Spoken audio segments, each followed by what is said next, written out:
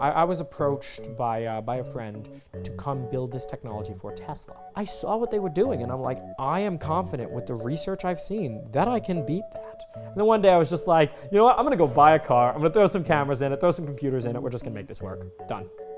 Now ask yourself, what is self-driving, right? So a lot of cars already have cruise control. In some ways, cruise control is a self-driving car, and then some cars have adaptive cruise control, which that does the brake automatically. And what we're building is level 3 automation.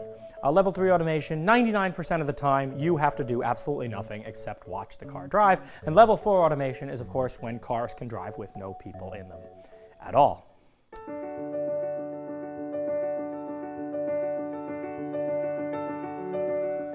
I'm George Hotz, and I'm about to be the next billion-dollar CEO.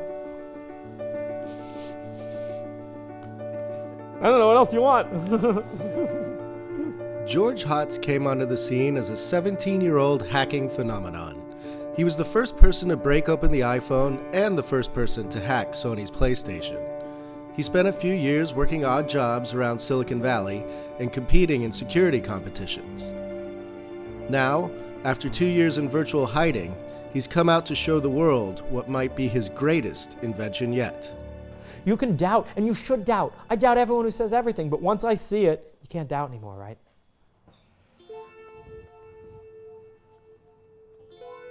How do you tap into the car's internal controls? So we bought for $40 off Amazon Chinese CAN transceivers. There's actually one right there. And we can see all the messages being sent between the components. That's how we're reading the steering angle. And we can also send our own messages, which are going to tell the car to actually turn the steering wheel and to apply the brakes when it's appropriate. Is it hard to tap into all that, or that's what a mechanic would do today, have access to the same kind of system? The actual whole car is on the debugging port of the car. So we just have a wire plugged into the debugging port, just like a mechanic would do.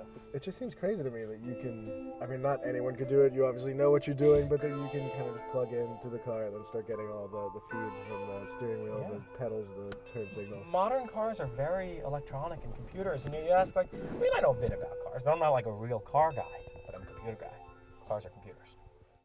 There's kind of two halves, right? I worked on both of those halves independently. It's like, let's build up good models of how driving works and what I should output given these inputs. And then over here, I'm like, okay, let's hook up a joystick to the brakes and the gas and the steering so that I can steer the car entirely digitally. And then once you have this part and this part in the same computer, it's just a question of connecting them together, and there you go, you have a self-driving car. The self-driving cars that are on the road today continue to rely on very expensive sensors and clunky software. Hotz's car uses similar sensors like LiDAR for training his AI software, but the cars he plans to sell one day will only need a set of 6 smartphone cameras that cost $13 a pop to see the road, and Hotz's software will take care of the rest. He thinks the total cost for his self-driving package will be about $1,000. So we detach the car from the home network, and this is the plug powering all the computers. We're just going to plug that into a power inverter here, which will power it all off the car. Now we're ready to go.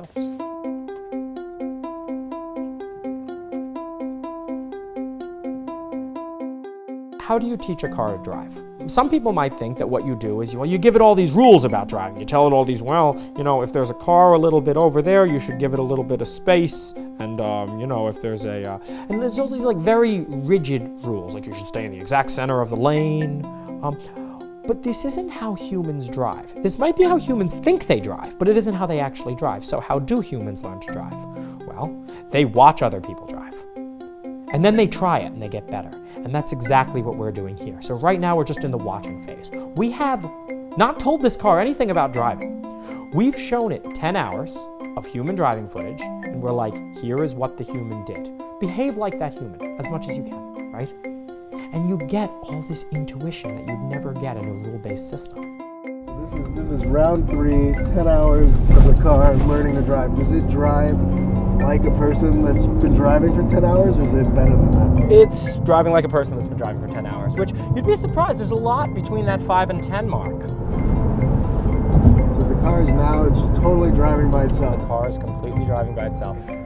You want the car to start modeling the people around it. You want the car to know what people are about to do.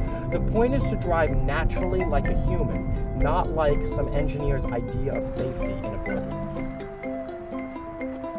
When you get on the highway, press this one, and always remember, if you don't like what the car is doing, press cancel. It'll give you full manual control back.